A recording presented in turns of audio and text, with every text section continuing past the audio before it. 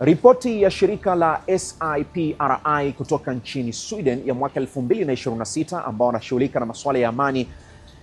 wamezungumza wazi ya kwamba ongezeko la manunuzi na matumizi ya silaha yameongezeka kwa 10%, hususan katika kipindi cha miaka mitano iliyopita mpaka mwaka 2026. Ulaya ikitajwa kinara wa manunuzi na matumizi ya silaha, hususan katika kipindi ambacho Ulaya inatoa msaada mkubwa kwa taifa la Ukraine, bali ya kuwa sehemu ya vita iliyodumu katika kipindi cha miaka 4 kati ya Urusi na Ukraine hawajafanikiwa kwa asilimia kubwa, ila hali Urusi amepiga hatua na kufikia yale malengo yake. Ukweli ni kwamba matumizi ya silaha yasiyokuwa na staha kwa maana ya violence gun yameongezeka kwa kiwango kikubwa ulimwenguni, lakini taifa la Urusi na China linatajwa kuwa ni mfano wa udhibiti wa matumizi ya silaha holela. Unapoenda Urusi, sheria na sera za umiliki wa silaha kwa mtu mmoja mmoja si sheria za kilele mama, ni sheria ambazo zimenyooka na kuleta udhibiti kamili wa usalama ndani ya taifa la Urusi. Lakini vivyo hivyo hata taifa la China,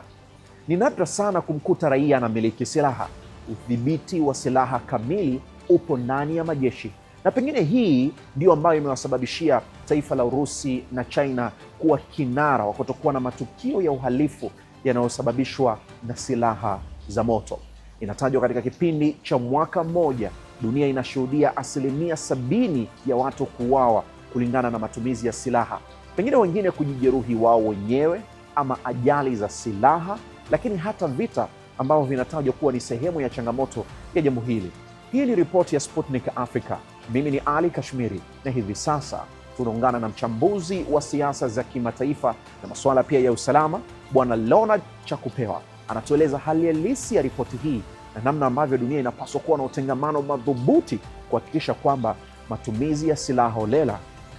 inaondoka moja kwa moja. Taasisi hiyo inabainisha kwamba ongezeko hilo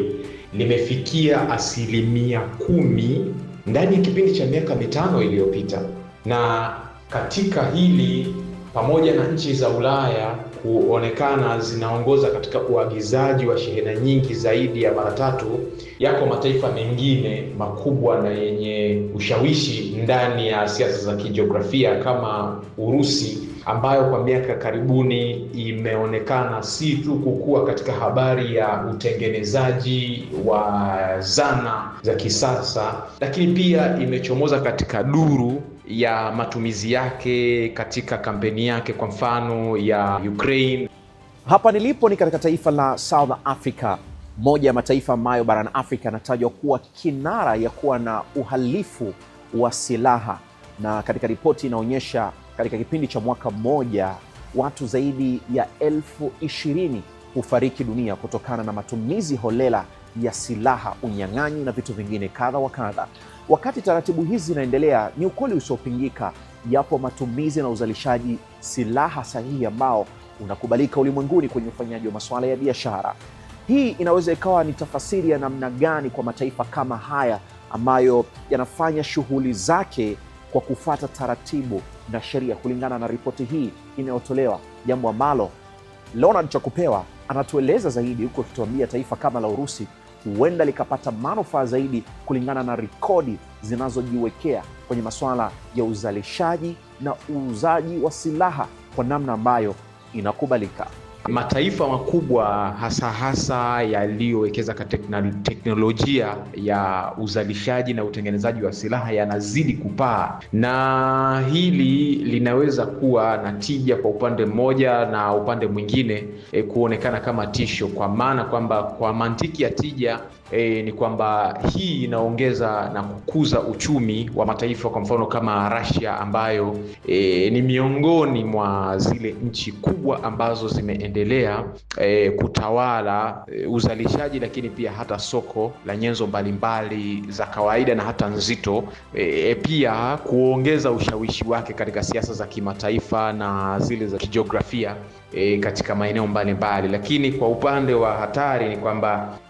maana yake haya mataifa makubwa yanaendelea kuimarisha ushawishi wake, jambo ambalo muda mwingine linaweza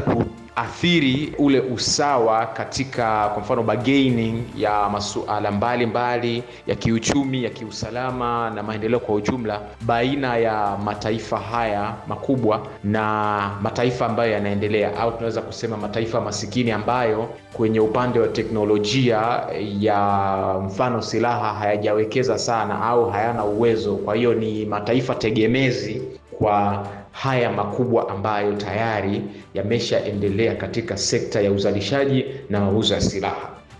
Taifa kama Marekani, Brazil, Mexico, Colombia yanatajwa kuwa ni vinara vya watu kufariki dunia kulingana na matumizi holela ya silaha kwa kutumika kwenye unyang'anyi na shughuli za ambazo hazikubaliki kwenye jamii. Taifa la Marekani linatajwa kwa mwaka 2022-2023 watu zaidi ya 46 walifariki dunia, na hii inatokana na kujidhuru na silaha za moto ama madai ya changamoto ya ajali za silaha. Na kwa mujibu wa hilo, ni maana halisi ya kwamba kila dakika 11 mtu mmoja anafariki dunia kutokana na silaha za moto. Dunia, uwezekano wa kuwa salama linawezekana, bali ya kuwa hivi sasa mgogoro wa Mashariki ya Kati unaendelea kuchukua nafasi kubwa na matumizi ya nguvu za silaha, lakini uhalisia wa matumizi ya silaha ambayo haikubaliki inapaswa kuwekwa sehemu ya mkakati wa kila nchi ili kuondokana na changamoto hizi ambazo huenda zinaendelea kutokea